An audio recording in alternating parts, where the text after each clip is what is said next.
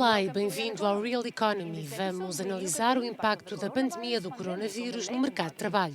A Organização Internacional do Trabalho prevê a perda de 12 milhões de postos de trabalho a tempo inteiro na Europa em 2020. Os setores que correm mais risco incluem o alojamento e os serviços alimentares, a indústria transformadora, o comércio retalhista e a administração. Visitamos a Itália, o país mais atingido pela crise, e entrevistamos o Comissário Europeu do Emprego, Nicolas Schmit, para saber até onde pode a Europa ir para apoiar os trabalhadores. Mas antes, uma rápida análise ao novo instrumento financeiro da União Europeia. O SURE faz parte do pacote de 540 mil milhões de euros destinado a apoiar as empresas e os trabalhadores europeus. Trata-se de um apoio para mitigar os riscos de desemprego numa situação de emergência. Há até 100 mil milhões de euros disponíveis, entre eles 25 mil milhões de garantias dos Estados-membros da União Europeia. Como é que funciona? Os países podem candidatar-se ao apoio depois de terem ativado o processo para ajudar os trabalhadores por conta de outrem ou os trabalhadores independentes que perderam os rendimentos. Isto conduz a um aumento de despesas. O apoio chega sob a forma de um empréstimo em condições favoráveis. Partimos para a Lombardia, no norte de Itália, a região da Europa mais atingida pelo coronavírus, onde a pandemia devastou a economia. Para ajudar os países mais afetados pela crise do coronavírus, como Itália, Bruxelas anunciou a criação de um fundo de 100 mil milhões de euros para preservar os postos de trabalho e os empregos afetados pelo confinamento.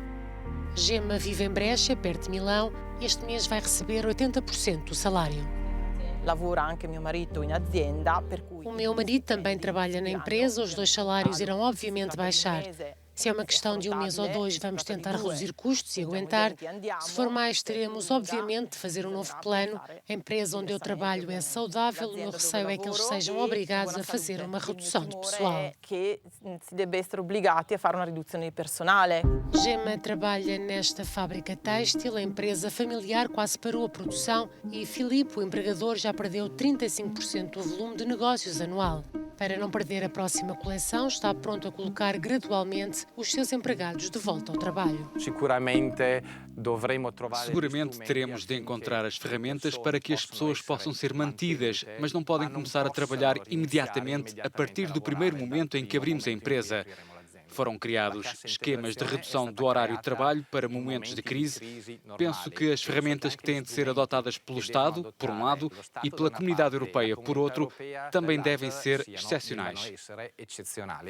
Desde o início da crise, o governo italiano direcionou 8 mil milhões de euros para cerca de 7 milhões de trabalhadores por conta de outrem e 4 milhões de trabalhadores independentes. Mas Giovanni, o motorista de táxi, continua à espera. Deverá receber 600 euros do governo em março e 800 euros em abril. Já não tem clientes suficientes para pagar as despesas.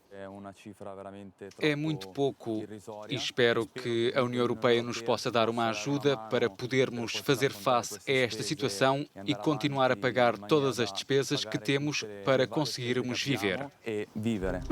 A Itália é o segundo país mais endividado da Europa e o Fundo Monetário Internacional prevê que o PIB do país desça 9,1% este ano. Sem uma assistência adequada, os trabalhadores mais afetados por esta crise correm o risco de passar por grandes dificuldades.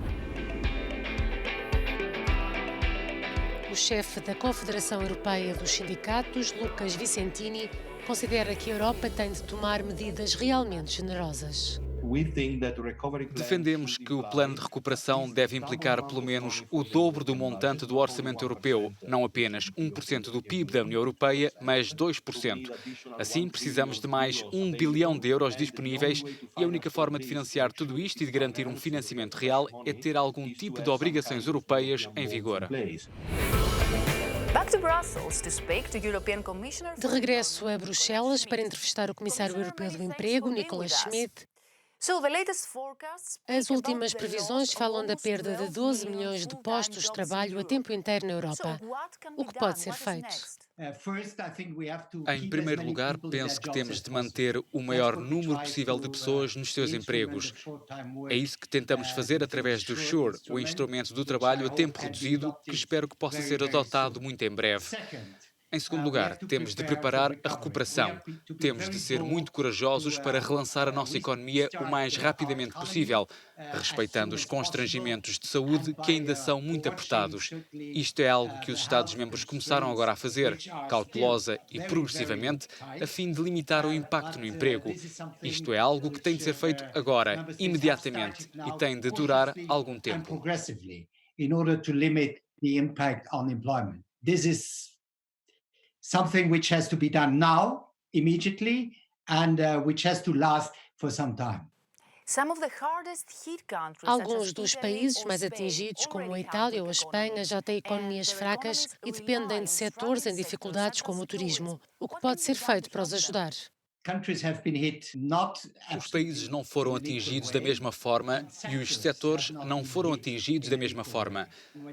Se olharmos para alguns países onde o turismo representa mais de 10%, por vezes 20%, como na Grécia, aproximadamente 20% do PIB, isso será um verdadeiro golpe. Portanto, em primeiro lugar, temos de ajudar estes países a manter vivas empresas do setor do turismo ou em setores relacionados com o turismo.